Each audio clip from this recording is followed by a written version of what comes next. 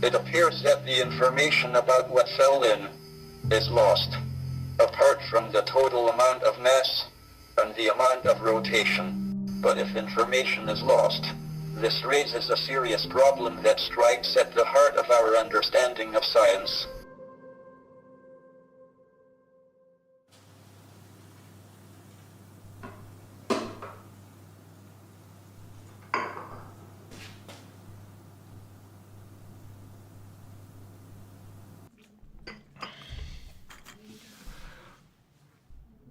Today, everyone knows there are strange objects in space where anything that falls in is gone forever.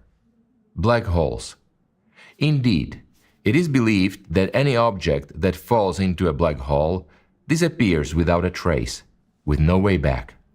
Entire stars can vanish in black holes, let alone planets like ours, which could easily be swallowed up along with all the knowledge humanity has ever accumulated. Of course, that's a hypothetical scenario. But let's suppose it happened. What would become of all the information humanity has gathered? As solutions to Einstein's equations show, a black hole is described by only 3 parameters, regardless of what falls into it: mass, angular momentum, and charge. So, all of humanity's exabytes of information vanish, and we are left with only 3 numbers. Yet, the laws of conservation tell us that if the full description of a system is known at a given moment, then its past can be reconstructed and its future predicted. The information about the system is not lost. But with a black hole, we can no longer restore anything. All we are left with are those 3 numbers. So, where does the information disappear? Where did the whole of the bagel that fell into the black hole disappear? Is it even possible to fall into a black hole? And how to make sure that our planet, along with the sun and all mankind, never gets into it?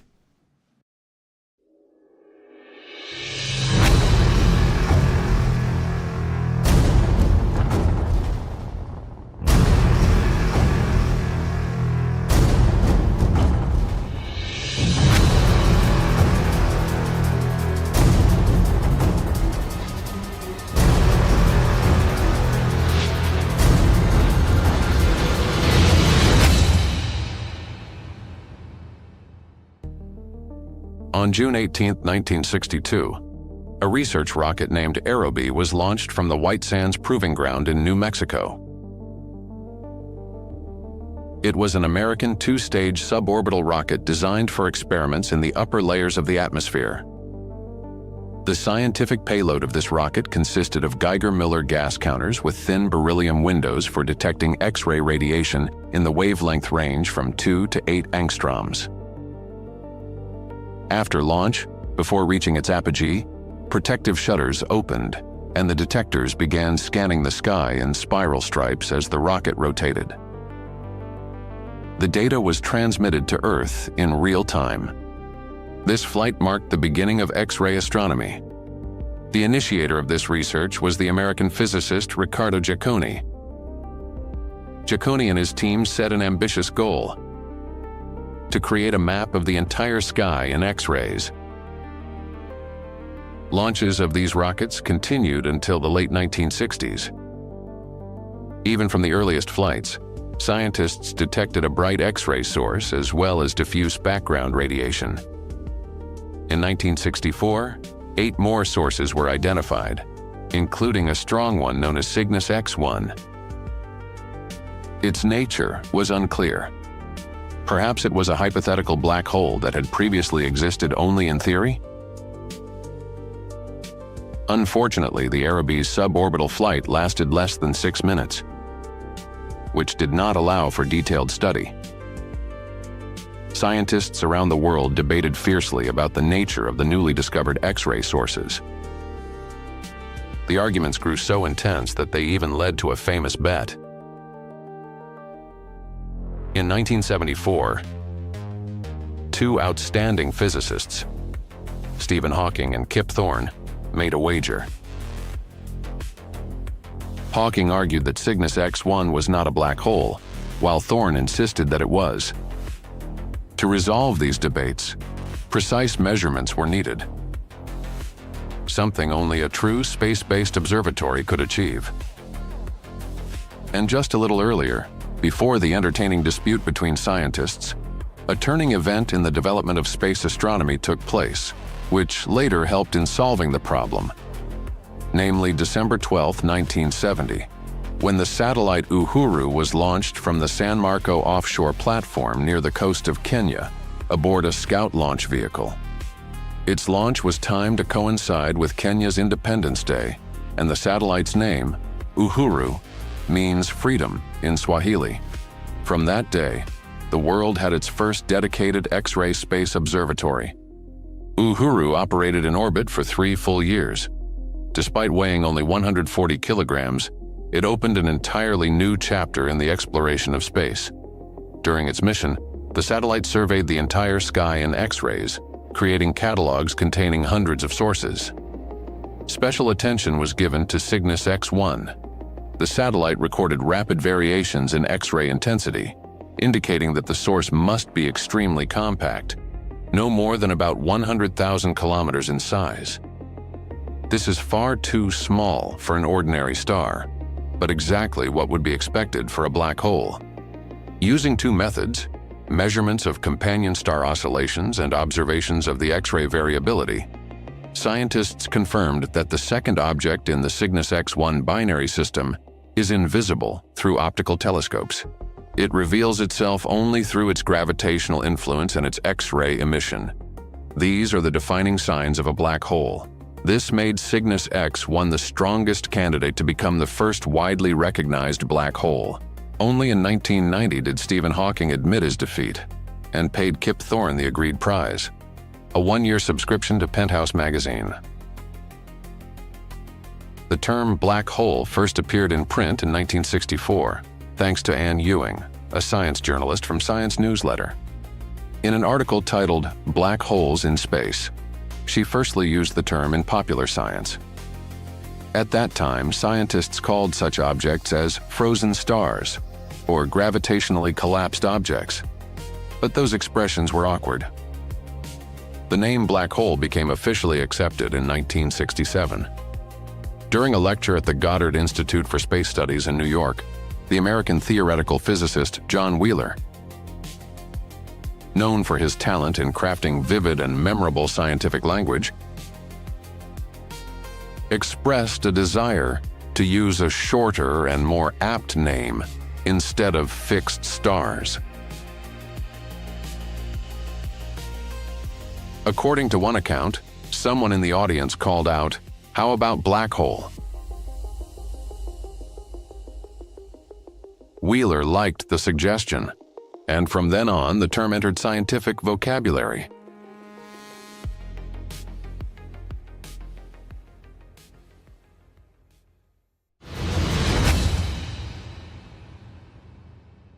Black holes are one of only a fairly small number of cases in the history of science in which a theory was developed in great detail as a mathematical model before there was any evidence from observations that it was correct. Indeed, this used to be the main argument of opponents of black holes. How could one believe in objects for which the only evidence was calculations based on the dubious theory of general relativity? So, to answer the question posed at the beginning of the film, where does the information disappear from objects falling into a black hole? Simply knowing their name and fact of their existence is not enough. As we've just seen, thanks to the data from the Uhuru X-ray Observatory, theoretical predictions have been confirmed. But what could an object with such a strange name, a black hole, actually look like?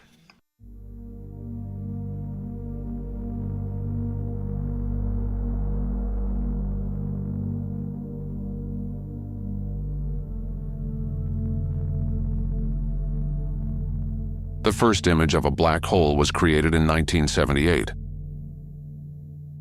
by the French astrophysicist Jean-Pierre Luminet. He modeled the gravitational field of a hypothetical black hole and its accretion disk.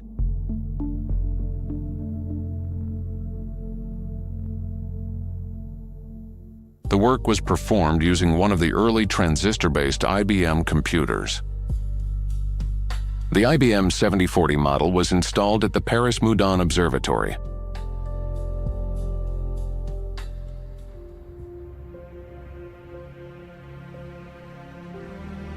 Where Luminet worked as an astrophysicist and researcher.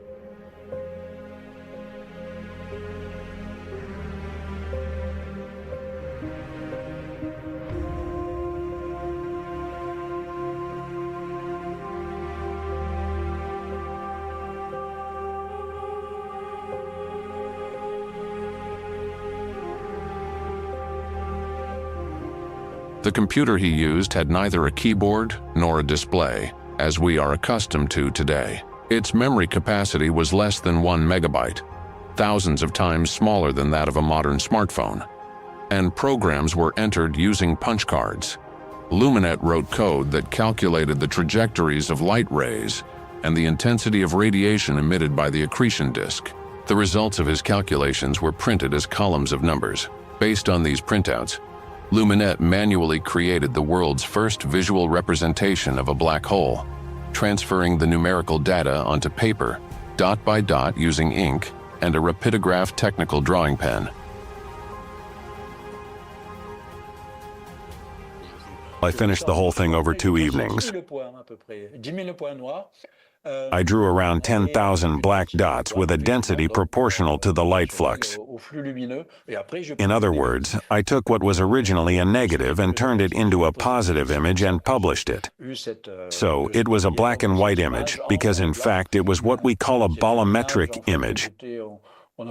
That is, it represented an integration over all possible and conceivable wavelengths. It wasn't a radio image, or an optical one, or anything like that, so there was no actual color to work with. In any case, even today, when we use color in such images, we still use false colors. And so, I had the opportunity to create this model, which at the time seemed natural to me. It didn't seem extraordinary in any way. Then, in 2019, the Event Horizon Telescope presented the first telescopic image, including a supplementary view, of the presumed supermassive black hole at the center of galaxy M87, surrounded by a glowing corona, which was interpreted as an accretion disk with hotspots, and so on. Yes, and the second part of the question concerns both the difficulty and the similarity with the images from 2000 and 2019.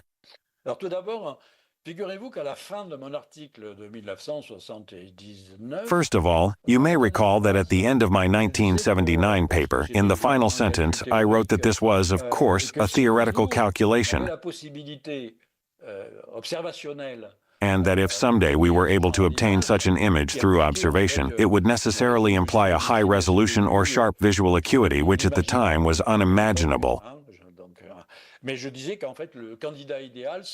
And I also mentioned that the ideal object would be a supermassive black hole, the existence of which had just begun to be suspected at the very center of the galaxy M87. I never imagined this could happen within my lifetime, let alone that M87 would actually be the first. Why? Simply because M87 contains a supermassive black hole whose mass is 5 to 6 billion times that of the Sun.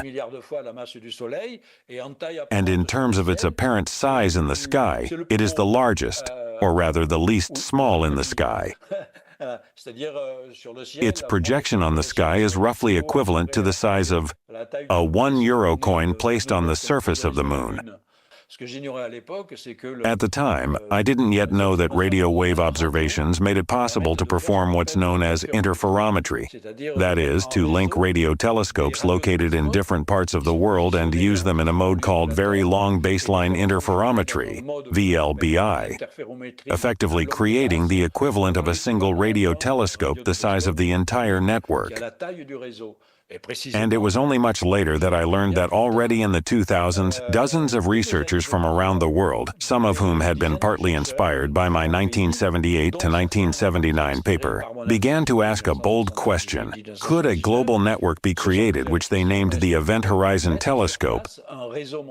The event horizon is the technical term for the surface of a black hole, to achieve extremely high resolution in the radio band at a precisely defined wavelength. The goal: to reach the capability to observe something as small as a coin placed on the surface of the moon while observing it from Earth.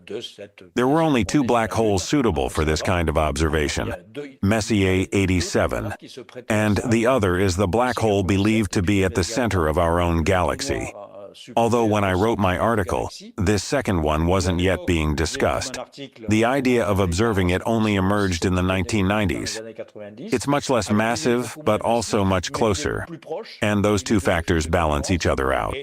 So in terms of its apparent size against the background of the sky, it ends up occupying roughly the same angular size.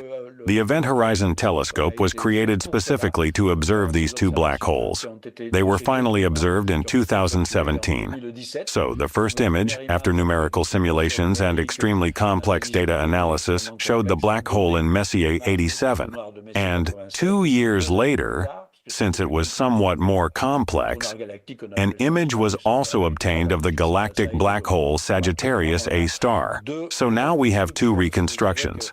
It's important to note that when we talk about telescope images, listeners or viewers might picture something like the beautiful photographs captured by the James Webb Space Telescope. But in this case, we're dealing with extremely complex reconstructions based on massive amounts of data. We're talking about petabytes of information collected by each radio telescope in the network data that must be integrated using advanced computational algorithms. There are several possible image reconstructions, and these are compared with theoretical models, like the ones I created 40 years ago, but now far more sophisticated, with many more parameters and powered by supercomputers. What we ultimately get is the so-called photograph of a black hole, which in reality isn't a true photograph at all, but a reconstruction. And in conclusion, I won't go on too long, but regarding this match, indeed, when we first saw those images, I said, yes, we've reached the Luminay's calculations. This is incredible.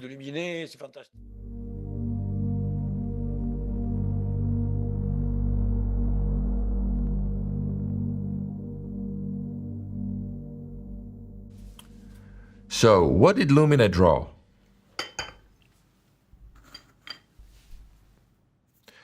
We obtain data about celestial objects from the radiation they emit. Unlike stars, black holes emit nothing. Well, almost nothing. They absorb. After the launch of the space-based X-ray observatory by Professor Gianconi's team, it was discovered that X-ray sources are components of binary star systems. In these stellar pairs, alongside the X-ray source, there is an ordinary optical star. This star loses matter, which falls onto a compact object. The infalling matter gathers into a disk, rapidly rotating around the object like a satellite. This disk emits energy. It is precisely this disk that allows us to detect the otherwise invisible compact object, a black hole. Most of this energy is emitted in the X-ray range. This region, where the matter spiraling into the black hole rotates, is what Lumina depicted in his visualization. In other words, this region is called the accretion zone. This is the very image often used in popular science magazines when discussing black holes. But what does all this have to do with a planet falling into a black hole, along with all its bagels, bakers, and wheat fields? Philosophical Transactions of the Royal Society of London is the oldest scientific journal in the world, first published in 1665. Its pages have featured the works of Isaac Newton, Robert Hooke, Antony van Leeuwenhoek, Charles Darwin, and many other great scientists. In the 74th volume, released in 1784, there was published a letter with a long title, On the Means of Discovering the Distance, Magnitude, and so on of the Fixed Stars, in consequence of the diminution of the velocity of their light, in case such a diminution should be found to take place in any of them, and such other data should be procured from observations as would be farther necessary for that purpose. The author of that letter was John Michell, a scholar who spent 20 years at Cambridge, where he taught classical languages and various scientific disciplines and conducted research on magnetism and earthquakes. Later, he became the rural pastor of St. Michael and All Angels Church in Thornhill, Yorkshire. The life of an average English country clergyman at that time was unhurried, receiving tithes from peasants, income from rented land, and fees for performing church rites. Many clergymen could afford to live in leisure, but not John Michell, for whom God and science were not separated. He chose to devote his life to serving both people and knowledge. He also studied binary stars, built a torsion balance, and conducted magnetic research. But his most important contribution was the prediction of the existence of dark stars. Michell calculated that if the radius of a sphere with the density of the Sun were 500 times greater than the radius of the Sun, then the escape velocity from its surface would be equal to or greater than the speed of light. In that case, all the light emitted by such a body would be drawn back to it by its own gravity. Such a star would be invisible to a distant observer. Michell called these objects dark stars. This was the first known prediction of what we now call black holes. 131 years after Michell's publication, on December 2, 1915, an article titled Die Feldgleichungen der Gravitation, The Field Equations of Gravitation, Proceedings of the Prussian Academy of Sciences. The author was Albert Einstein. The article represented the culmination of his intellectual journey. It contained the very field equations that form the core of the general theory of relativity.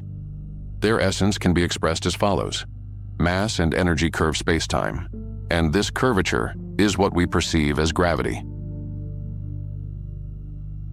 In the publication, Einstein demonstrated how his new theory elegantly explained the observed precession of Mercury's perihelion, a long-standing mystery unresolved by Newtonian physics. However, the equations themselves were extraordinarily complex, a system of 10 non-linear partial differential equations. Einstein believed that an exact solution was unlikely to be found in the near future, and he relied on approximate methods in his own calculations. Meanwhile, World War I was underway. After early advances on the Eastern Front and the capture of Vilna, the 10th Army, in which artillery officer Karl Schwarzschild served, became bogged down in brutal fighting.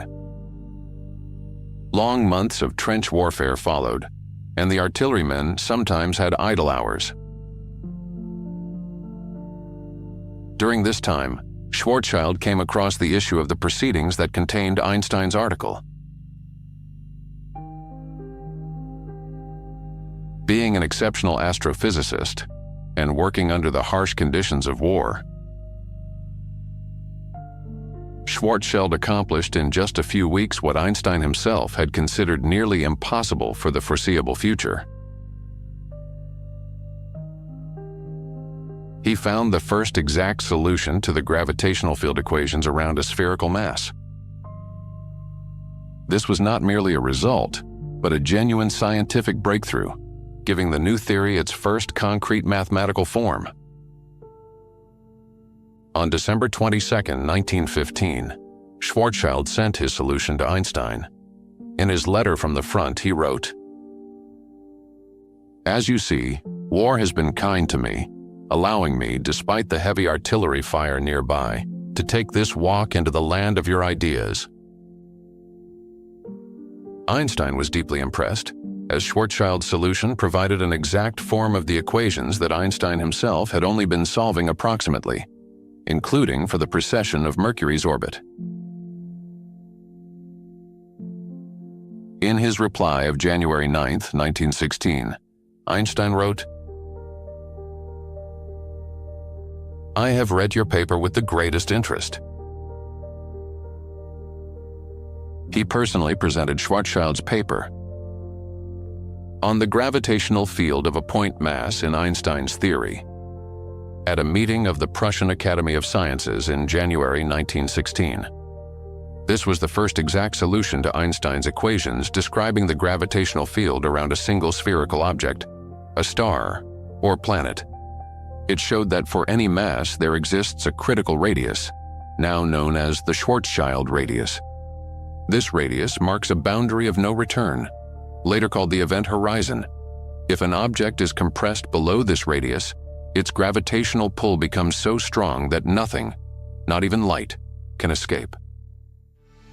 Thus, Michel imagined that light, like a stone thrown upward, tries to escape a gravitational well, but lacks the necessary speed.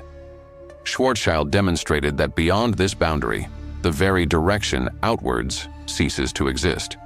The radius calculated by John Michel 131 years earlier, and the Schwarzschild radius derived from Einstein's equations turn out to be identical, expressed by the same formula.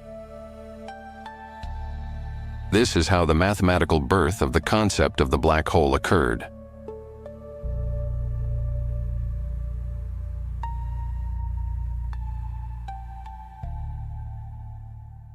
The term event horizon turned out to be a very apt name for that region of space-time from which nothing can escape. It is truly a horizon beyond which all events disappear from view. It marks the point of no return, where gravity becomes so strong that even light itself cannot escape. Sometimes the event horizon surrounding a black hole is referred to as the black hole's surface. According to modern scientific understanding, to create such an object, it is enough to compress a certain amount of matter into a limited area of spacetime. Beyond that, no one knows what happens inside. That matter disappears behind the event horizon. Scientists put forward different concepts, that beyond this horizon, there could be a wormhole to another region of space, or even a singularity, a point from which the universe itself may originate. We will talk more about what's actually inside a black hole later. For now, let's focus on its boundary. Stephen Hawking suggested that this boundary might constantly emit particles, a process that would eventually cause a black hole to disappear. And with it, all the information it had absorbed throughout its existence would vanish, including the data about our bagel possibly dropped by a cosmic baker flying by in a rocket. I found, to my surprise and annoyance, that even black holes are not black. Quantum theory implies that particles can leak out of a black hole. They appear to be emitted from the region just outside the horizon of the black hole. At first, I was very skeptical about the idea. I thought that maybe the calculation was just a coincidence or an artifact of the approximation I was using. But the more I thought about it, the more it seemed inevitable. While thinking through this problem, Hawking carried out a series of mathematical calculations that led to an unexpected result. Black holes, even non-rotating ones, must emit particles due to quantum effects near the event horizon. This process is related to a phenomenon known as virtual particle pair creation. According to quantum field theory, pairs of particles and antiparticles are constantly appearing and annihilating in the vacuum. If such a pair forms near the event horizon, one particle may fall into the black hole while the other escapes into space. producing the effect of radiation. In this process, the black hole loses energy and therefore mass, which leads to its gradual evaporation. Hawking spent several months trying to find a mistake in his calculations. He feared that if he published such a paradoxical result, and it turned out to be wrong, he would make himself a laughingstock. But the more he thought about it, the more convinced he became that his result was correct. He realized that the creation of virtual particle pairs at the boundary of the event horizon, with one particle falling in and the other escaping outward, provided a physically consistent mechanism. Finally, in early 1974, he presented his conclusions at a conference at the Rutherford Appleton Laboratory. His report had the effect of an exploding bomb. The session chair called his presentation nonsense. At first, nearly the entire scientific community rejected the idea. However, when physicists independently checked Hawking's calculations, they were forced to admit that he was right. So that's when the debate began, and it became known as the information paradox. At first, two opposing schools of thought emerged. On one side, there were the relativists, around Hawking, Gibbons, and others, who argued that there was indeed an information trap, with some information irretrievably lost. On the other side were the quantum physicists, who insisted that something was wrong with that idea, that the paradox still hadn't been resolved. Heated debates flared up around this question, similar to those that once surrounded the very existence of black holes themselves. On February 6, 1997, at the California Institute of Technology, three leading physicists decided to formally document their disagreement. On one side stood Stephen Hawking and Kip Thorne. Both were convinced that any information falling into a black hole is lost forever. Hawking's position was radical. He believed that the very process of evaporation destroys information. Thorne's view was more cautious. He assumed that information could not return to our universe but might slip away into another universe through the singularity inside a black hole. For us, however, it would still be lost. On the other side stood John Preskill, a quantum physics specialist from Caltech. Preskill was firmly convinced that the fundamental principles of quantum mechanics are inviolable. Information cannot simply vanish. It must somehow be preserved and eventually leak out of a black hole with its radiation. The text of the wager they signed stated, "When an initial pure quantum state undergoes gravitational collapse to form a black hole, the final state at the end of black hole evaporation will always be a pure quantum state." Put simply, they were arguing about what happens to information after the black hole evaporates, whether it disappears or remains in its entirety. In the words of a wager, in a pure quantum state. Hawking and Thorne bet on yes, that information is lost. Preskill bet on no.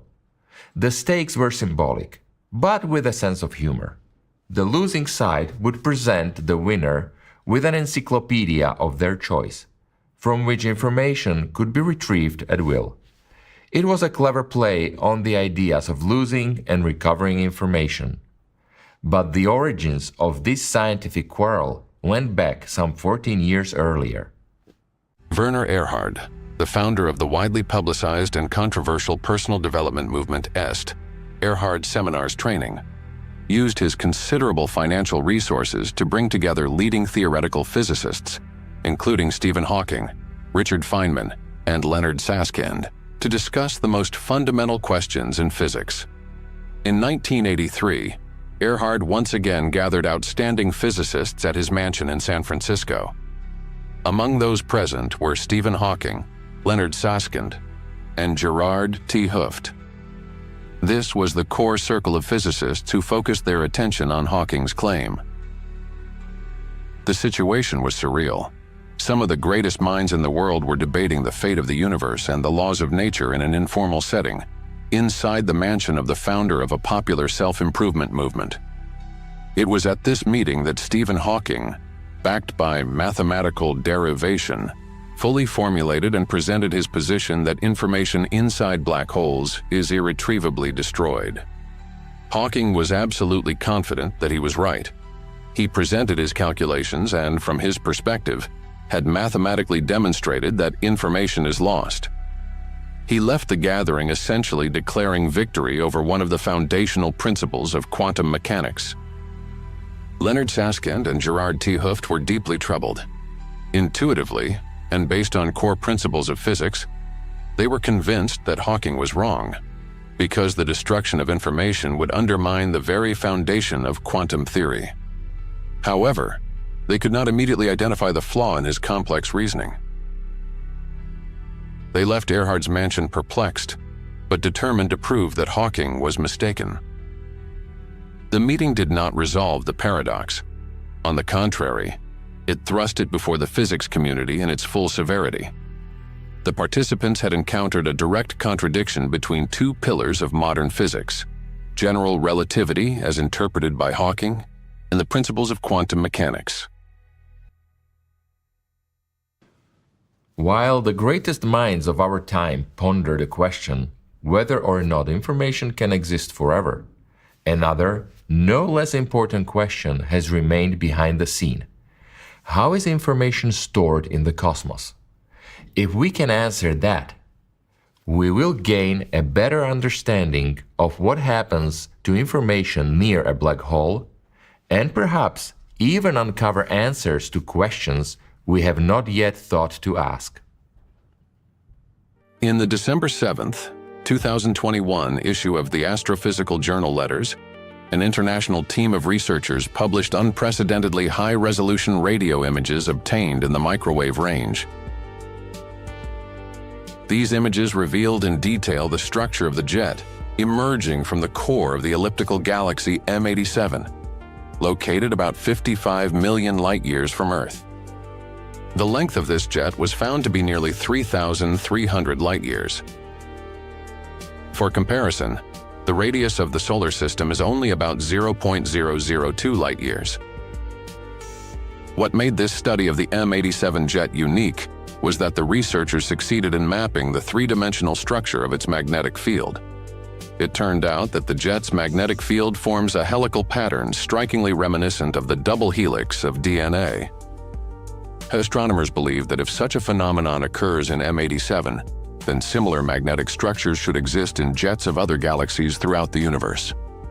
Magnetic fields are capable of preserving information about past events, explosions, jet flows, mergers, as if recording a trace in time. It is even possible that such spiral structures play a role in transferring information to newly forming stars.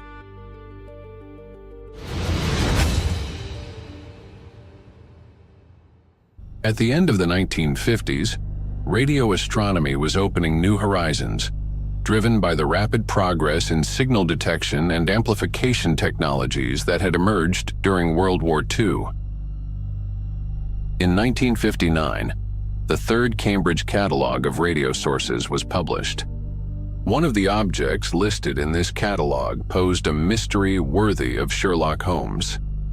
This was 3C48, a source of unusually powerful radio emission whose spectrum did not match that of any known stars or galaxies. What was the nature of this object? This puzzle marked the beginning of one of the most significant astronomical discoveries of the 20th century. One of the leading researchers in this effort was Martin Ryle, an outstanding British physicist. His scientific career began in 1939. After graduating from Oxford, when he joined the Telecommunications Research Establishment, TRE, the main British center for radar and radio navigation research during and after World War II. During the war, Ryle worked in the Electronic Countermeasures Division. developing systems to interfere with German radar installations such as the Würzburg, used for directing anti-aircraft artillery. This experience later became foundational for his work in radio astronomy. After the war, in 1945, Ryle returned to the University of Cambridge and led a radio astronomy group at the Cavendish Laboratory, beginning a systematic hunt for cosmic radio sources. 10 years later, his group published the second Cambridge catalog, 2C, based on observations at 81.5 megahertz using a radio interferometer. However, the catalog had significant drawbacks. The low frequency of the receiver limited the resolution, due to which closely located sources overlapped each other, creating false trails, significantly reducing the accuracy and value of the catalog for science.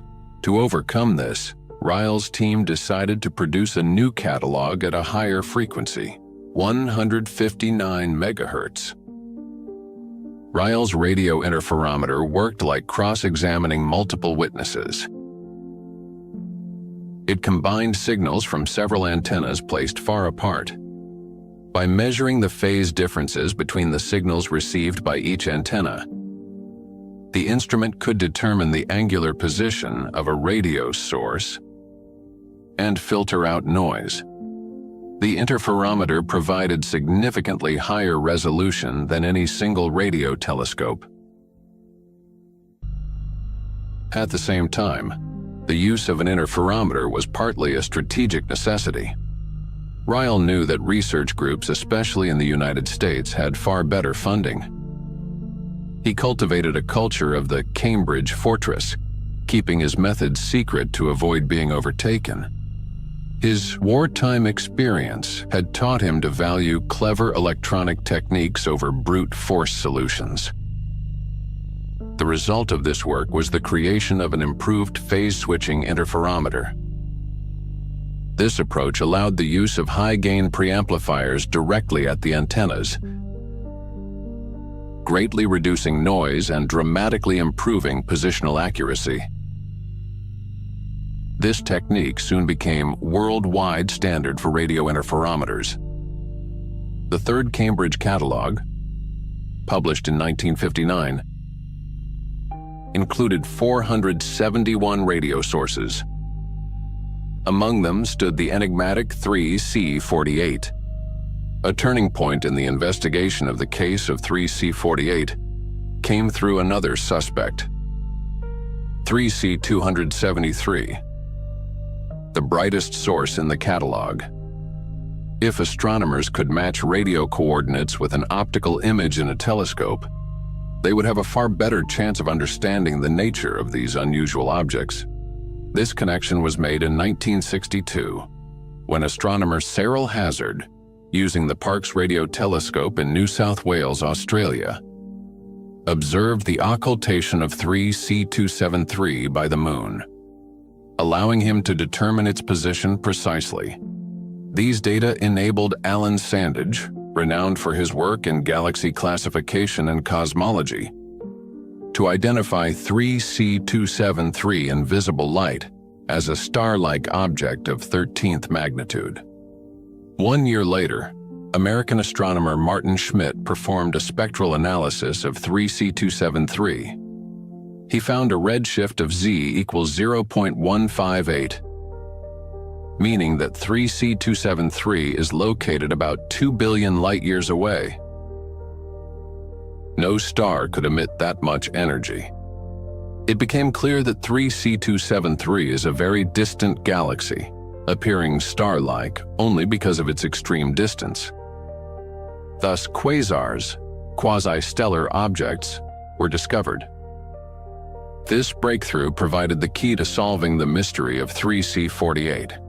Alan Sandage and Thomas Matthews identified 3C48 optically.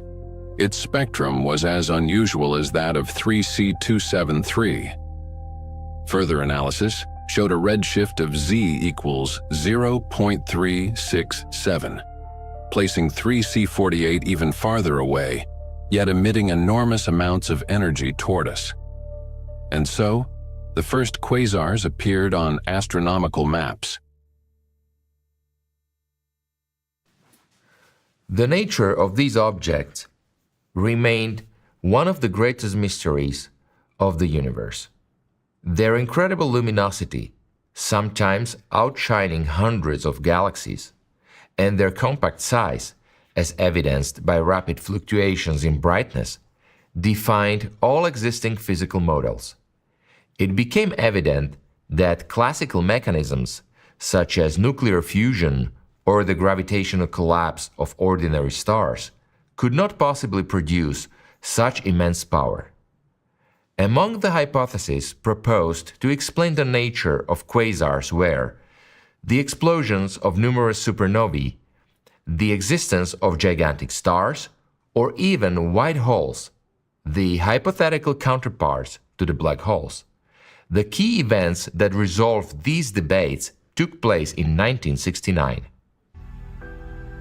On August 16, 1969, in volume 223 of the journal Nature, British astrophysicist Donald Lynden-Bell presented a hypothesis.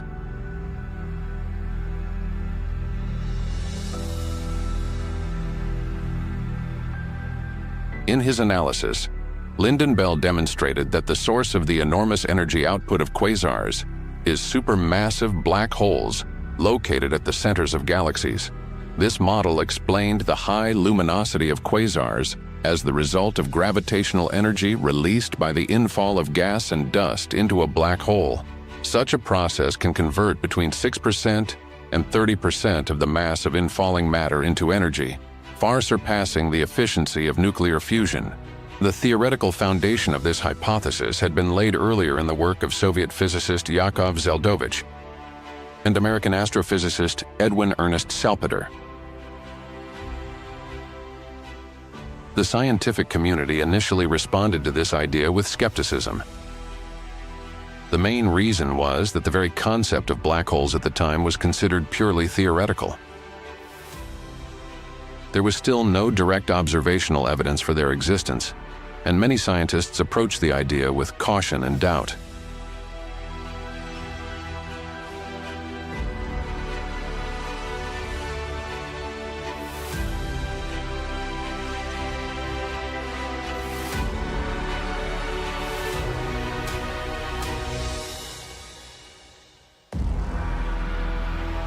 So, in the 70s and 80s, people realized there were energetic, violent phenomena happening in the center of galaxies, some galaxies, not all.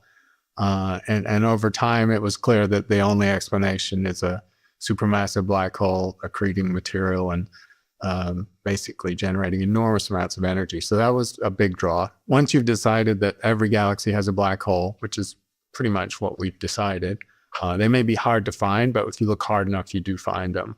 The question then becomes, why are most of them dark most of the time? So why, if black holes can occasionally erupt into activity, and then we call them quasars basically, where the central object outshines the entire rest of the galaxy by a factor of hundreds or thousands, that's incredible. But quasars turned out to be not only the most powerful sources of radiation in the universe, they also presented scientists with another mystery.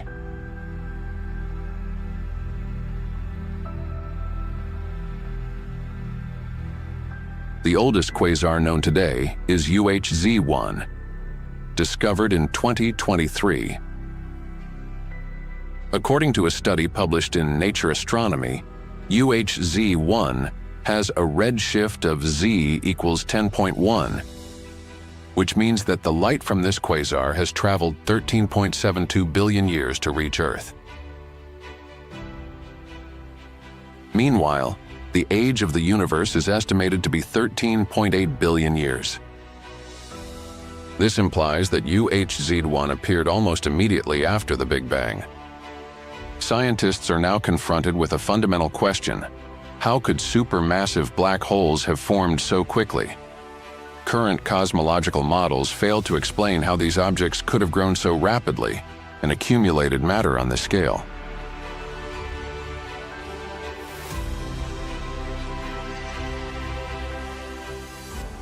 As people studied high redshift galaxies, they found unusually big, uncomfortably big black holes in very high redshift galaxies.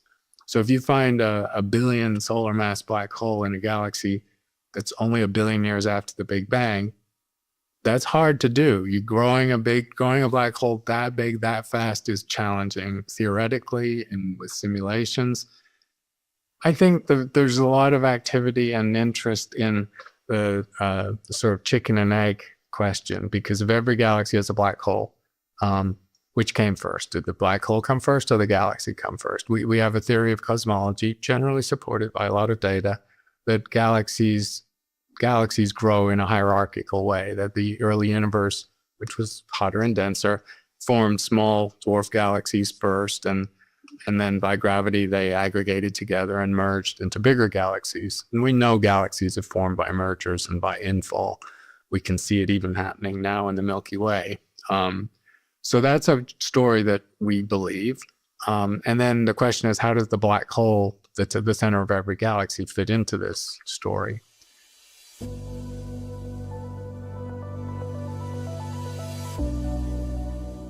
Having identified that the energy source of quasars is black holes, science has in turn given rise to another mystery. According to current data, the mass of quasars ranges from millions to billions of solar masses. But there's yet another mystery surrounding supermassive black holes believed to reside at the center of galaxies, and their masses are also in the millions to billions of solar masses. Existing theories propose that black holes form from collapsing stars. The most massive star known to us, R136A1, has a mass of about 200 solar masses. If it were to collapse into a black hole, its mass would be no more than approximately 150 solar masses. Compared to what we observe in galactic centers, that would make it a mere microbe, a speck of dust. Yet somehow, this tiny black hole would have to grow from 150 solar masses to 1 million, or even 10 billion. The problem is, we don't observe any of the in-between stages. Just like in biology, where we don't find transitional species that should be preserved in Earth's geological layers. All known animal and plant species appear before us in fully formed states. Similarly, in space, we observe stellar mass black holes and supermassive giants in the centers of the galaxies, but no in-between stages. In modern astrophysics, it is known as intermediate black hole problem. And this raises a question. Could the central structure of galaxies have some additional functional role beyond fueling quasar outbursts? We'll return to this with a remarkable analogy we uncovered while preparing this film. And we'd like to share it with you today. But before that, let's rise about the scale of galaxies. According to modern astronomy, galaxies do not exist in isolation in space. They are gathered into clusters. And the most interesting thing about these clusters is not the galaxies themselves, but what lies between them. Galaxy clusters contain extremely hot gas. It's a diffuse gas that we can observe in X-rays because it is so hot that it naturally emits at these wavelengths. So we can observe them using satellites in space. Meanwhile, the cold flows in this concept correspond to these filamentary structures, which are not only cold, but can also be observed in warm gas. So they're multiphase. And this cold gas can have a temperature of less than 100 Kelvin. As I was telling you, galactic jets interact with the gas, and as this gas interacts with the jets, and the jets with the surrounding gas, they create these filaments, and those filaments go on to form stars. Well, first of all, the gas isn't molecular yet. It's going to collapse and form stars, and those stars will become part of the galaxy. So yes, this process affects star formation, and also the stellar population that makes up galaxies. Therefore, it plays a very important role in determining the properties of galaxies. Galaxy clusters are the largest known structures in the universe. Some of them contain thousands of galaxies. As we have already learned, the space between galaxies is not actually empty. It is a kind of nourishing medium in which these islands of stars float. Scientists have established that the mass of this gaseous medium, the intracluster medium, ICM, actually exceeds the total mass of the galaxies themselves. The intracluster medium is a vast volume of extremely rarefied yet incredibly hot plasma that fills the space between galaxies within a cluster. At first glance, it may seem like just gas, but it is something far more complex and mysterious.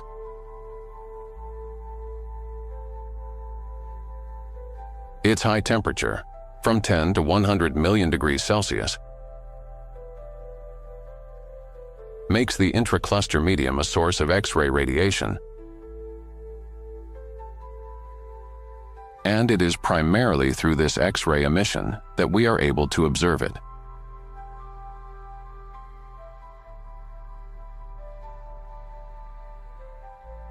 Valeria Olivares, an astrophysicist and assistant professor at the University of Santiago, coordinated a team of researchers observing 7 galaxy clusters using the Chandra X-ray Observatory and the VLT optical telescope in Chile. The scientists obtained evidence of a paradoxical phenomenon. Jets ejected from the centers of galaxies can cool the very gas that is necessary for their own fueling and further growth.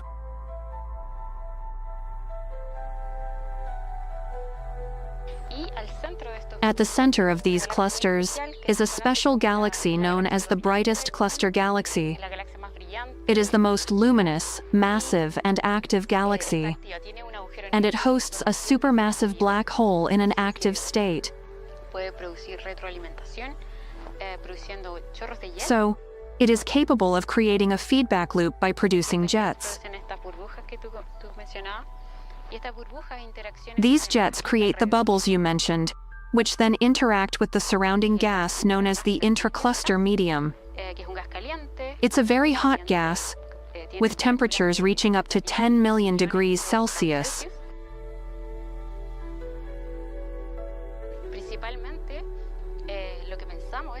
Basically, we believe that magnetic fields help maintain the elongated, filamentary structure of these filaments. More importantly, they prevent these filaments, which contain very dense and very cold molecular clouds, from collapsing and forming a large number of stars. So they help to prevent excessive star formation. Molecular interstellar clouds are vast, cold, and dense regions composed primarily of molecular hydrogen. These enormous cosmic structures are the very cradles of star formation, the main engines driving stellar birth across the universe. This raises a question: how is it possible that magnetic fields within molecular clouds prevent star formation? It's a paradox, because according to modern science, the primary role of these clouds is to form stars. But if somehow the environment within them is being deliberately maintained in a state that artificially suppresses star formation, perhaps this phenomenon has a meaning. While working on this film, we stumbled upon a fascinating analogy. Incredibly, the role of the intracluster medium turned out to closely resemble the role of the extracellular matrix in the human body. It's truly remarkable how similar these phenomena are.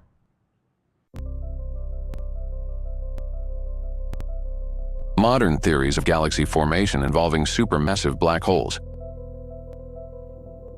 together with the informational holographic principle, allow for the possibility that the central object of a galaxy, traditionally considered a supermassive black hole, may actually perform entirely different functions. Let us suppose that these extensive regions at the centers of galaxies are zones of concentration of an informational field that governs the dynamics and evolution of galaxies. Within the framework of this hypothesis, the foundation of any galaxy is an informational field in which the galaxy already exists in its fully formed state, and its material manifestation is only a matter of time. The informational field resembles the phantom image observed in Kirlian photography, where the outline of a leaf remains visible even after part of it has been cut away. In the same way, a salamander can regenerate its tail, and cellular tissues can regenerate in any living organism. However, salamanders possess unique biological conditions that allow this regeneration. These conditions arise because the wound surface in salamanders releases a special substance analogous to the extracellular matrix. It is the presence of this matrix that attracts stem cells to the injury site. But how do stem cells know what to become? Muscle, blood vessel, or something else? Research has shown that the specialization of stem cells within the extracellular matrix depends on the matrix's density, which in turn is influenced by the informational phantom. Thus, the matrix acts as a mediator between informational structures and material structures. According to this hypothesis, similar processes occur in the formation of galaxies. The informational field already contains a blueprint of what the galaxy will become. In this cosmic analogy, the interstellar medium corresponds to the extracellular matrix, and the intracluster medium plays the role of stem cells, from which stars, planets, and other structures form according to the given informational matrix. The extracellular matrix allows cells to migrate within it, provides structural connections between them through fibers in the basal membrane, participates in tissue formation, gives tissue strength, maintains the shape of cells and organs, and performs signaling, filtering, and other complex functions. In living organisms, it performs the same role that interstellar matter performs in space. Moreover, if we examine the structure of the human spine, we can see a direct analogy between certain galaxies and the intervertebral disc. The disc, in its shape and mysterious origins, resembles a lenticular galaxy, which also takes the form of a biconvex lens. Such a comparison may lead to profound implications, for the forces that shaped lenticular galaxies are as mysterious and poorly understood as the forces that gave rise to living organisms. In embryology, there is the concept of mesenchyme, an embryonic tissue composed of loosely arranged cells immersed in a network of proteins and fluid known as the extracellular matrix. Mesenchyme gives rise to most of the body's connective tissues, skeleton, bone and cartilage, blood, and the structures of the vascular and lymphatic systems. Mesenchyme is characterized by low structural organization. It contains a gel-like matrix rich in hyaluronic acid, less organized than in mature tissues. It is highly plastic, but it requires signals from neighboring tissues in order to develop structure. Here we find a striking analogy with protostellar clouds, which require external triggers, shockwaves, magnetic fields, or turbulence, to condense into stars. The development of mesenchymal cells is guided by a program encoded in the embryo's DNA. Likewise, in space, where the function of DNA can be performed by spiral magnetic fields found in a jet ejected from the core of the galaxy M87, And here is what is most intriguing. Fragments of the notochord, the precursor of the vertebral column, persist only in the gel-like nucleus pulposus of the intervertebral discs. Perhaps, by analogy, the centers of galaxies do not contain black holes at all, but rather a kind of primordial informational program that binds together the entire fabric of the universe.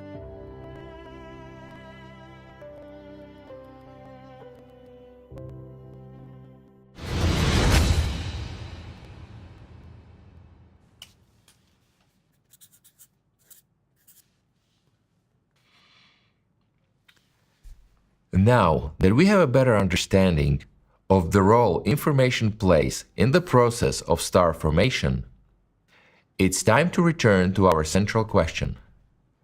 What happens to information near a black hole? In quantum mechanics, there is a rule that can be compared to a perfect library catalog, unitarity.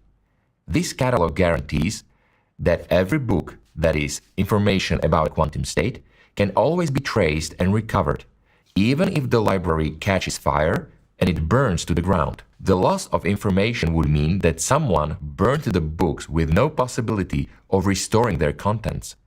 Picture this. You write a letter, and then you burn it.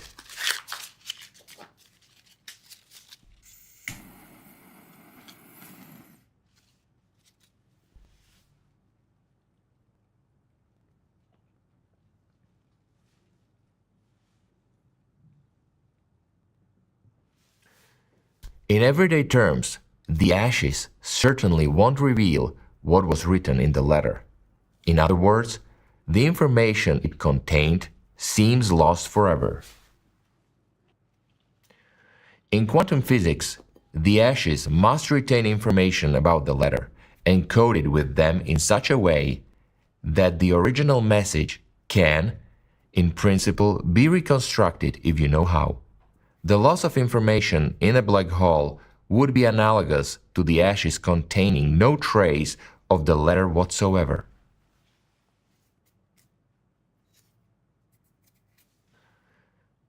What would that mean? A system where information exists today but vanishes tomorrow becomes completely unpredictable. And here's the critical reason why information cannot simply disappear. If the symmetry of time is broken, then the law of conservation of energy is no longer guaranteed to hold. In other words, if the universe can forget information, then it might just as easily forget how much energy it had. Such cosmic forgetfulness would allow energy to vanish into nothing or appear out of nowhere. That is why physicists defend the principle of information conservation so fiercely, because abandoning it would tear apart the very foundations of science, and with them, our ability to understand and model the universe through the laws of physics.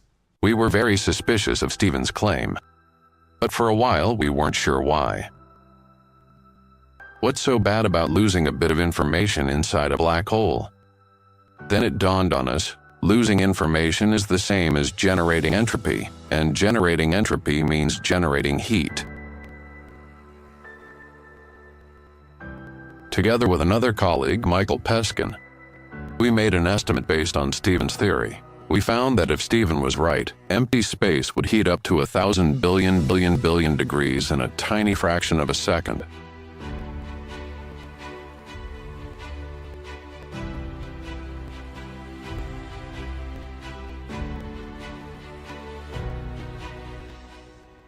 To continue our investigation into what happens to information near a black hole, we need to introduce one more concept: entropy.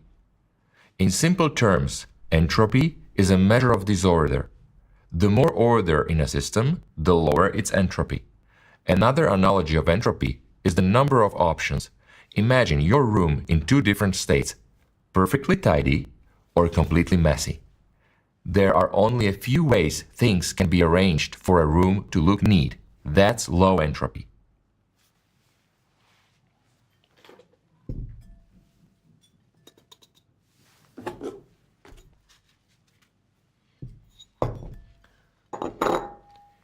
In a state of disorder, the same objects can be scattered in millions of different ways. That's high entropy. And that's the point. The more possible configurations of disorder, the higher the entropy. In the case of a black hole, entropy reflects the amount of information associated with its state. So, what is entropy? It's a measure of disorder. In other words, it's a measure of the information we've lost about a system. The second law of thermodynamics tells us that in an isolated system, unlike, for example, a living system that constantly interacts with its environment, entropy increases over time. In other words, the system's usable energy decreases, and we're left with less and less information about it. In the early 1970s, the physics of black holes was undergoing a period of rapid development. One of the turning points in this development occurred in 1972, when Jacob Bekenstein defended his doctoral dissertation at Princeton University on the topic of black hole entropy. Bekenstein was a graduate student of John Wheeler, the very physicist who had introduced the term black hole into scientific usage. Wheeler was skeptical about his student's research topic because the concept of entropy implied that black holes could have temperature and possibly radiate, which at the time seemed absurd. Nevertheless, Bekenstein insisted on his hypothesis. He developed this idea in detail and presented it in his paper, Black Holes and Entropy, published in the journal Physical Review in 1973.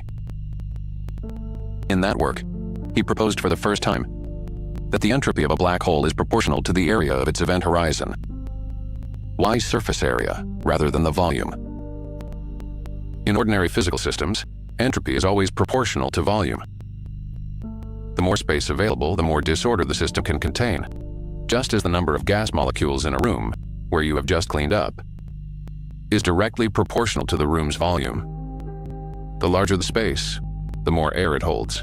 However, for a black hole, the volume inside the event horizon has no physical meaning, because space-time in that region is inaccessible to observation. Therefore, the only physically meaningful measure remaining is the surface. Bekenstein's idea that all information about the contents of a black hole is encoded on its surface laid the foundation for the holographic principle and radically changed understanding of black holes, linking them to thermodynamics and quantum information theory. Thus, the question of information preservation became central.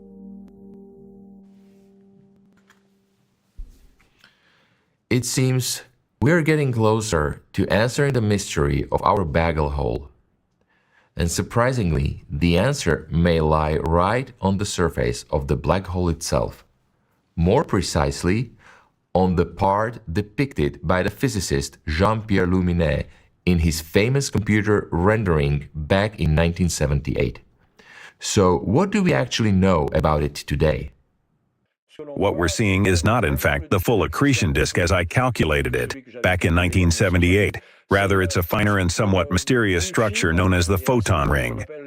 The photon ring is essentially a sequence, a cluster of secondary, tertiary, and even higher order images. The photon ring is an extremely thin and bright structure, located at the very edge of a black hole's shadow. It is composed of photons that have been captured by the black hole. Under the influence of its immense gravitational forces, these photons orbit the black hole one or several times before escaping its pull and reaching us.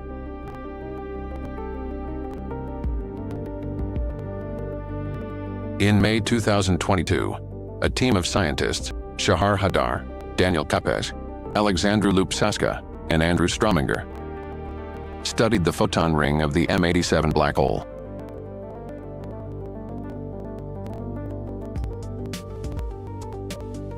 They discovered that the photon ring is not merely an optical effect, but a source of information about the black hole's internal structure. This information is encoded in the properties and trajectories of the photons. In fact, the photon ring of the black hole, M87, is a hologram that contains all the information about its inner structure. Since the light forming the ring travels close to the event horizon, where that information is encoded. Thus, the study provided experimental support for the ideas of black hole entropy, first introduced in Jacob Bekenstein's dissertation, and later developed into the holographic principle by Gerard de Hooft. This principle asserts that all the information contained within a three-dimensional volume of a black hole can be encoded on its two-dimensional event horizon surface. Leonard Susskind further expanded upon these ideas in his article, The World as a Hologram. Here then is the conclusion that Hooft and I had reached. The three-dimensional world of ordinary experience is the universe filled with galaxies, stars, planets, houses, boulders, and people. Is a hologram, an image of reality coded on a distant two-dimensional surface. This new law of physics, known as the holographic principle, asserts that everything inside a region of space can be described by bits of information restricted to the boundary.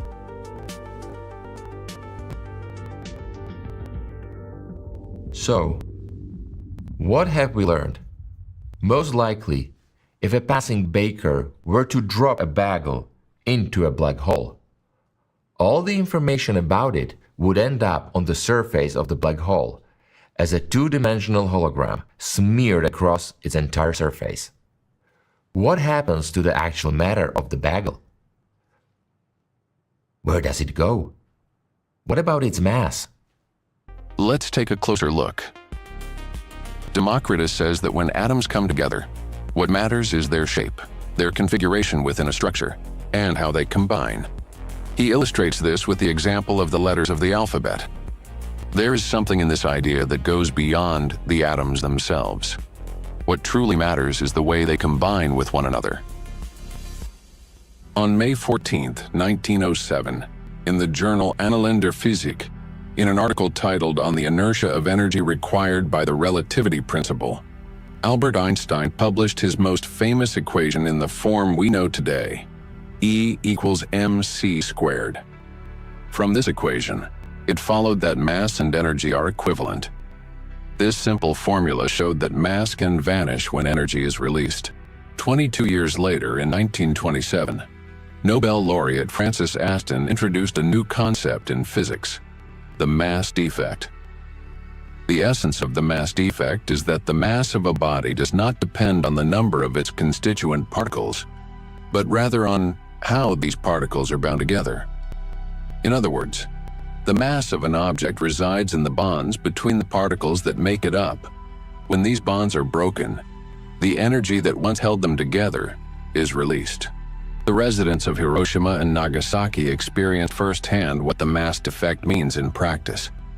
One can only hope that such a tragedy will never happen again, and that all scientific discoveries will serve solely for the benefit of humankind. But let's return to the microscopic world. Take, for example, the proton. It consists of 3 quarks. However, if we add up the masses of these quarks, we obtain only about 1% of the proton's actual mass. So where do the remaining 99% come from? This mass arises from the binding energy, according to the relation m equals E divided by c squared.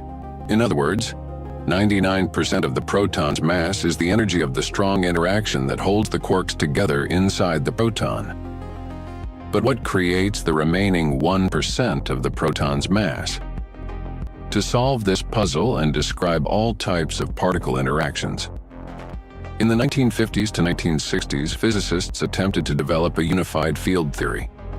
This theory was expected to explain the origin of quark masses and to describe all kinds of interactions between particles. The work began with the unification of electromagnetic and weak interactions into a single framework, the electro-weak interaction. However, the electroweak theory worked perfectly only if the particles involved were massless. So what about mass? Soon, a solution was found. On October 19, 1964, the journal Physical Review Letters published an article titled Broken Symmetries and the Masses of Gauge Bosons. It was an article by Peter Higgs, in which he described a certain hypothetical field. The uniqueness of this field was that elementary particles acquire mass through their interaction with it. This hypothesis was a breakthrough in understanding the nature of mass. But like any hypothesis, it still required experimental confirmation. Imagine placing a pencil perfectly upright on its tip, balanced on a flat surface. There is no definite side. The pencil can fall in any direction. It's a state of symmetry. But the moment you let go, it falls one way or another. This is the analogy physicists use to describe what is thought to have happened in the early universe. In the beginning, all particles were massless. The Higgs field was in its symmetric state with an average value of 0. At that time, the electromagnetic and weak forces were unified into a single electroweak interaction. As the universe cooled, it began to fall into a more stable, lower energy state. For the Higgs field, the lowest energy state turned out to be one where its value is not 0, but approximately 246 giga-electron-volts. The field had to choose this specific non-zero value from an infinite number of equally possible options, just as the pencil has to choose a single direction in which to fall. This phenomenon became known as spontaneous symmetry breaking. For the next 50 years, theoretical physics built its understanding of particle mass around the concept of the Higgs field. However, for a long time, this remained purely a mathematical concept. To test the theory in practice, scientists needed tools powerful enough to recreate the extreme conditions under which the hypothetical Higgs boson could reveal itself. It was this boson that was expected to confirm or disprove the existence of the field that is believed to give mass to elementary particles. In March 1984, a conference was held in Switzerland dedicated to the Large Hadron Collider. At that conference, a decision was made to build a particle accelerator capable of reaching the energies at which scientists expected the Higgs boson to appear. Construction of the collider began in 2001 and posed enormous engineering challenges. A key stage was the creation of a cryogenic line to cool thousands of the accelerator's superconducting magnets to a temperature of minus 271.3 degrees Celsius, minus 456.3 degrees Fahrenheit. This work took 5 years to complete. The last superconducting magnet was installed in April 2007, and another year was needed to connect all the equipment. Finally, on September 10, 2008, the first proton beam was launched toward its target.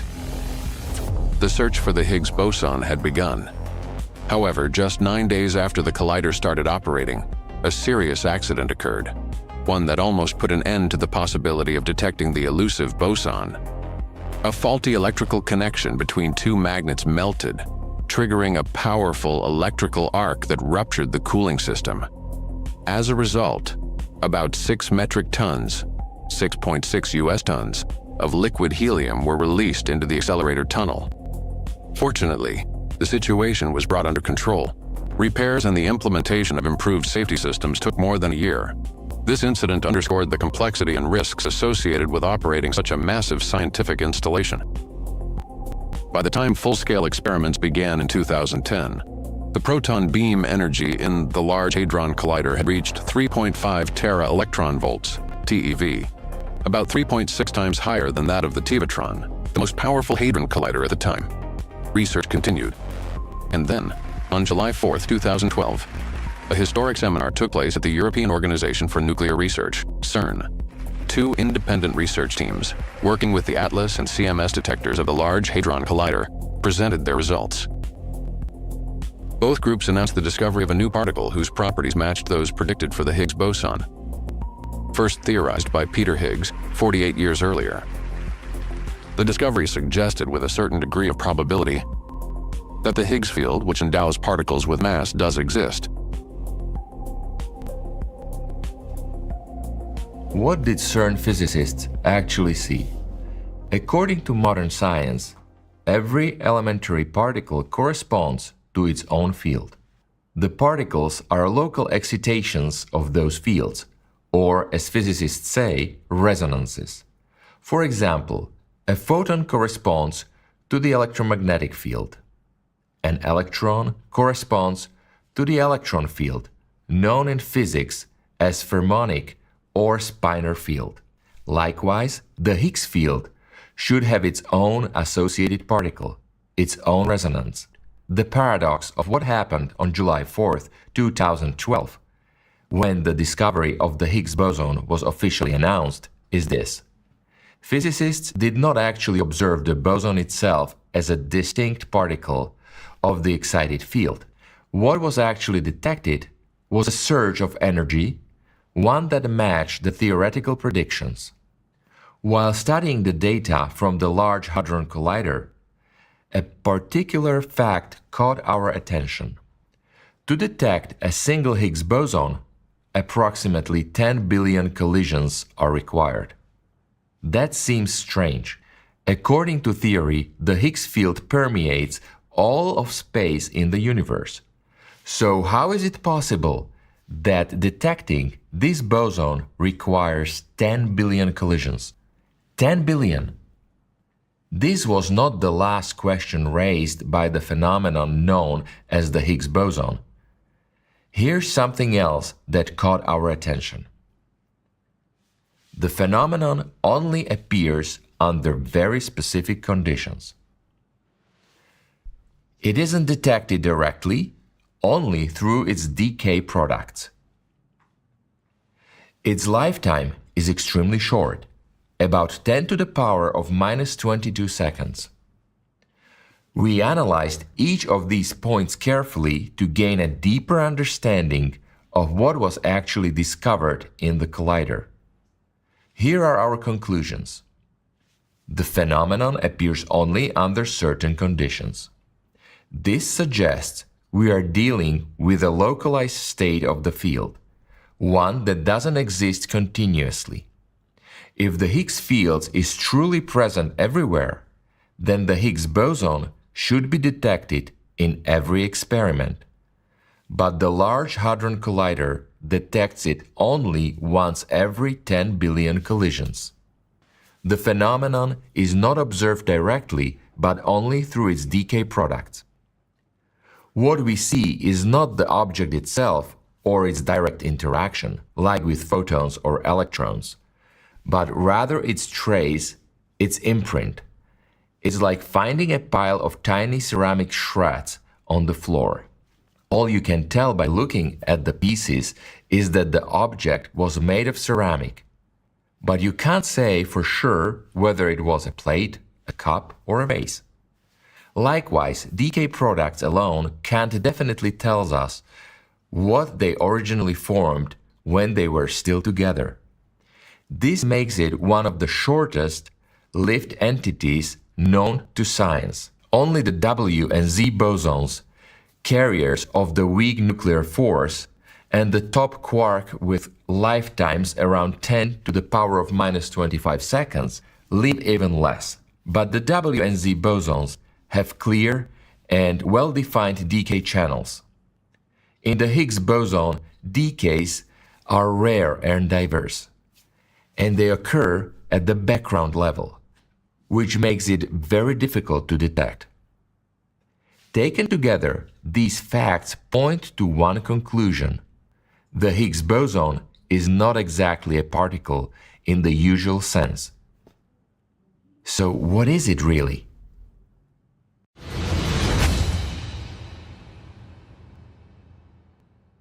We didn't bring up the story of the Large Hadron Collider by chance. It was there that something was discovered which might hold the key to our question about the bagel and its hole falling into a black hole. Today, we know that particles don't actually possess mass on their own. Their mass is given to them by the Higgs field. But what about black holes themselves? What gives them their mass? Traditionally, the mass of a black hole is determined by observing the orbits of nearby stars, which trajectories are reflected in its gravitational field, by gravitational lenses and by gravitational waves. In all these cases, we see the effect of mass, but we don't actually know what carries this mass. But what if the mass of a black hole is fictitious? Every modern theory describing black holes is built on the assumption that they do have mass. This assumption isn't questioned, since the gravitational field of a black hole clearly influences nearby objects. It's precisely this interaction that eventually convinced science that black holes must exist. But what if things aren't as we think? In trying to unravel the mysteries hidden within black holes, we came across a theory that offers a radical explanation for their mass, one that is based on a discovery made with the help of the Large Hadron Collider roughly 10 years ago. We have not, of course, observed black holes directly, but we have seen extremely energetic phenomena in distant galaxies, so intense that they can only be explained by the release of gravitational energy from black holes. From this, we've been able to estimate their mass. According to the modern understanding of quantum physics, no elementary particle possesses mass by itself. Mass is considered not as an innate property, but as a result of interaction with a fundamental field, the Higgs field. This field permeates all space throughout the universe. When an elementary particle moves through it, it is as if it encounters a viscous medium. Depending on how strongly a particle feels the Higgs field, it acquires a greater or lesser mass. For example, the electron interacts with the field moderately, which is why it is light, whereas the W boson interacts much more strongly, and therefore is heavier. The Higgs field does not create gravity, it merely endows particles with mass. Gravity is a consequence of the presence of mass and energy. According to Einstein's general theory of relativity, mass-energy curves space-time, and this curvature is what we perceive as gravitational attraction. However, for a particle to engage in gravitational interaction, it must first acquire mass through its interaction with the Higgs field. For example, if we place an apple on a tightly stretched sheet, the sheet will sag, forming a depression around the apple. This simple analogy vividly illustrates how the general theory of relativity describes the distortion of space caused by objects that have mass. Now let us turn to an entirely new hypothesis proposed in 2025 in the paper, Grid Higgs Framework, an entropic and structural theory of gravity, dark matter, and black holes. The authors of this work suggest that black holes are reinterpreted as collapse regions where the grid structure fails under extreme entropy gradients. In other words, they propose that a black hole is quite literally a hole, a rupture in the Higgs field. In this case, the interior of a black hole would represent absolute void, since within the region where the Higgs field is ruptured, no mass can exist. There are no particles capable of generating it. Consequently, at the boundary of the Higgs field rupture, that is, at the event horizon of the black hole, matter must undergo complete disintegration. This occurs because the Higgs field acts as the binding medium of matter. If the field ceases to exist in a given region, matter can no longer retain its familiar properties there. This approach, however, leaves an open question. If a black hole has no mass, why is it able to attract material objects and alter their trajectories? As we have just seen, mass is the source of gravity. The greater the mass of an object, the more it curves space-time and attracts other bodies. But objects acquire mass through their interaction with the Higgs field. According to the assumptions made in Grid Higgs Framework, an entropic and structural theory of gravity, dark matter, and black holes, if a black hole is not a massive object, but rather a rupture in the Higgs field, then it does not need to possess mass in order to curve space-time. Thus, the concept of massless gravity becomes possible, a scenario in which the geometry of space-time can be distorted even in the absence of mass within that region. In his paper, The Vacuum Theory of Matter Annihilation, Jakaya wrote, "Our starting point is the statement of Zeldovich and Novikov.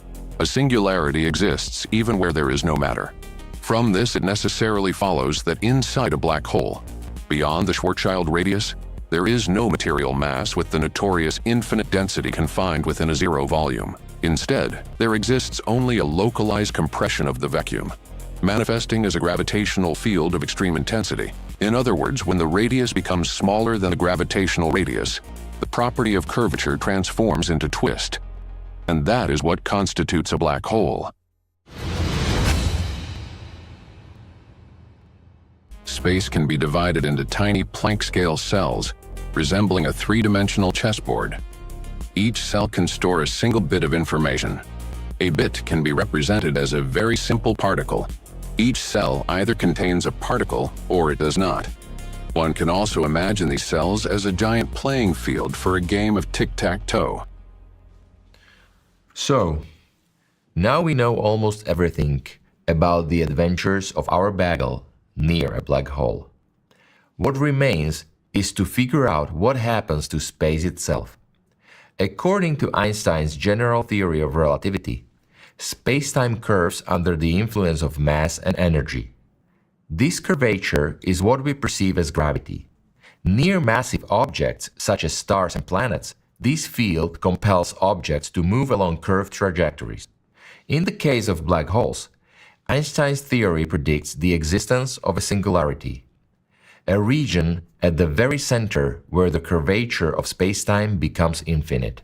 Beyond the event horizon, the very notion of outside simply ceases to exist. But what is space in and of itself? Can it collapse entirely, reaching infinite curvature as general relativity suggests? Or could it rupture, much like we just saw with the Higgs field when symmetry is broken? The idea behind loop quantum gravity is to discretize space and time entirely.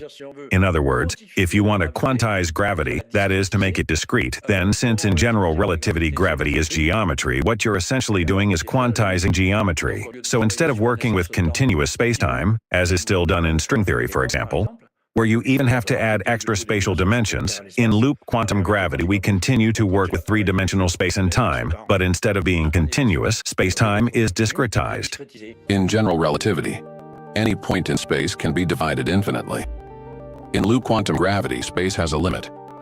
This limit is a set of discretes, or pixels, similar to the pixels of an image on your computer or phone screen. The existence of spatial discreteness explains the absence of singularities, replacing them with a maximum curvature defined by the size of the spatial pixels.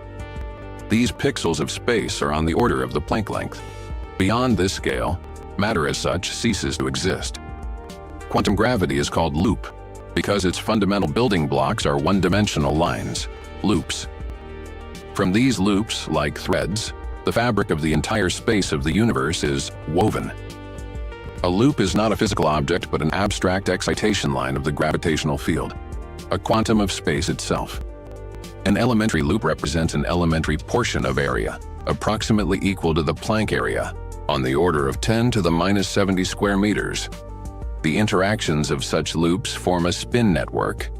The nodes where the loop lines intersect correspond to quanta of volume.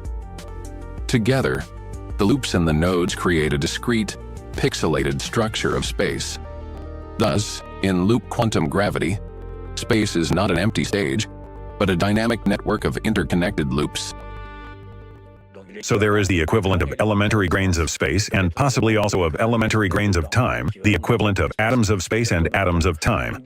In this kind of framework, singularities are already eliminated because, for example, during gravitational collapse, there comes a point where we hit the elementary grain of space, which is not infinitely small. Let's take a step back and recap what we've discovered so far. We now know that the entire universe is filled with Planck-scale cells, like the pixels on the screen you're watching this film on.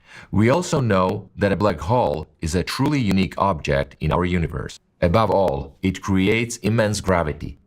Yet, paradoxically, it has no mass of its own. It is believed that there is nothing inside a black hole, that everything takes place on its surface. The final step is to understand what happens to the matter that carries the information, and at last to solve the riddle of the bagel's hole. This question is the central problem of modern physics. Hawking radiation, which causes black holes to evaporate, seems to be completely random and carries no information about what has fallen in. When a black hole disappears, the information about the swallowed matter would be lost forever. And that directly contradicts the laws of quantum mechanics. even though Stephen Hawking himself once defended this paradox. So, how can this contradiction be resolved? To address the problem of information preservation in a black hole, in 2012 a group of physicists, Ahmed Almheri, Donald Merolf, Joseph Polchinski, and James Sully, this group is often referred to by the first letters of their surnames, AMPS, proposed the so-called firewall hypothesis. The scientists suggested a radical solution to the informational paradox, sacrificing one of the principles of quantum mechanics. The principle regarded as the least sacred cow to be set aside in favor of common sense was the principle of equivalence.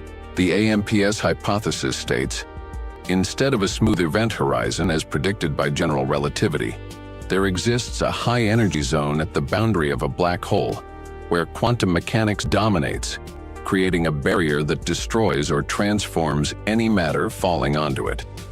In other words, any matter that reaches this horizon does not pass through it smoothly, as Einstein assumed, but instead instantly incinerates in this wall, turning into energy.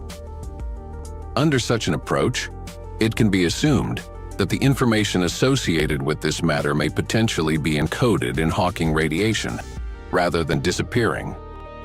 If this hypothesis is correct, then the role of black holes in the universe becomes clear.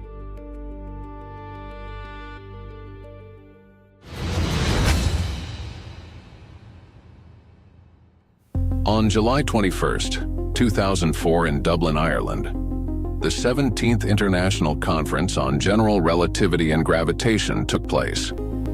This is one of the most prestigious and significant events for theoretical physicists, cosmologists, and astrophysicists from around the world. Stephen Hawking's presence had always been a central attraction at such conferences, but this time expectations were especially high. A few days before his report, rumors began to circulate that he was preparing to make a sensational announcement and reconsider his views on one of the fundamental problems he had worked on for decades. During his presentation, Stephen Hawking introduced a new, and at that time, revolutionary theory.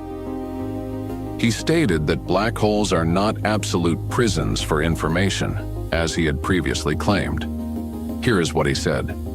Information is not destroyed. In contrast to his earlier position, Hawking now asserted that information absorbed by a black hole does not disappear without a trace. Distortion, rather than destruction.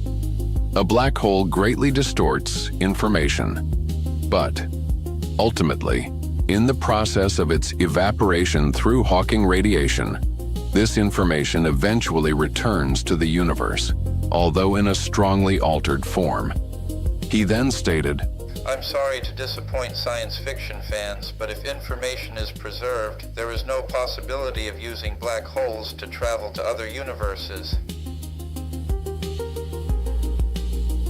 Thus, the idea of wormholes between worlds inside black holes was effectively settled.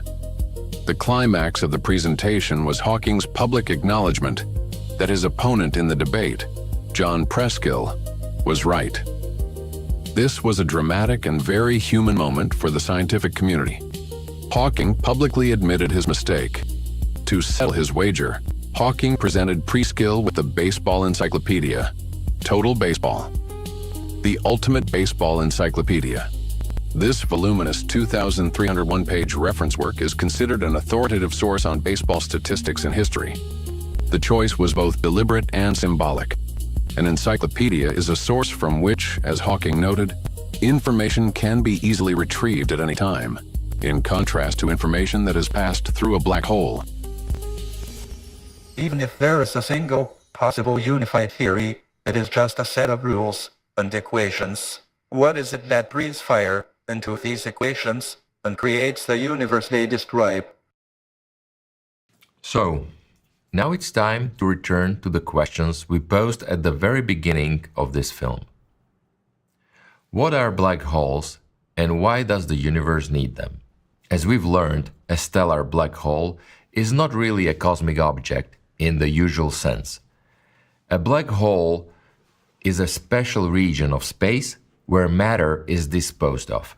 Just as an eraser wipes writing off a sheet of paper, A black hole wipes space clean of excess matter. The matter disappears completely, never actually entering the hole itself. In this way, black holes serve as cosmic cleaners, destroying matter and stripping it of the information it carries. But this applies only to stellar black holes. At the centers of galaxies, as we've seen, entirely different processes unfold. And what about our bagel? Every material thing is made of atoms. But atoms by themselves don't create form. It's the relationships between them, the information encoded in their bonds, that shapes them into structures. That information is what gathers atoms into a bagel with a hole. When the bagel approaches a black hole, those bonds completely unravel. Information is torn away from them. At that moment, both the form and the hole, which was part of the structure, vanish. All that remains are fragments of matter, clusters stripped of any program for existence, much like the Higgs boson glimpsed in the collider.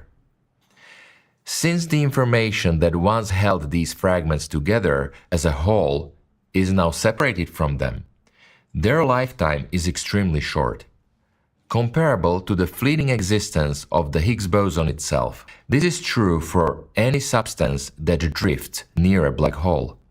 Once its informational foundation is lost, the elementary particles that once made up the bagel no longer hold together.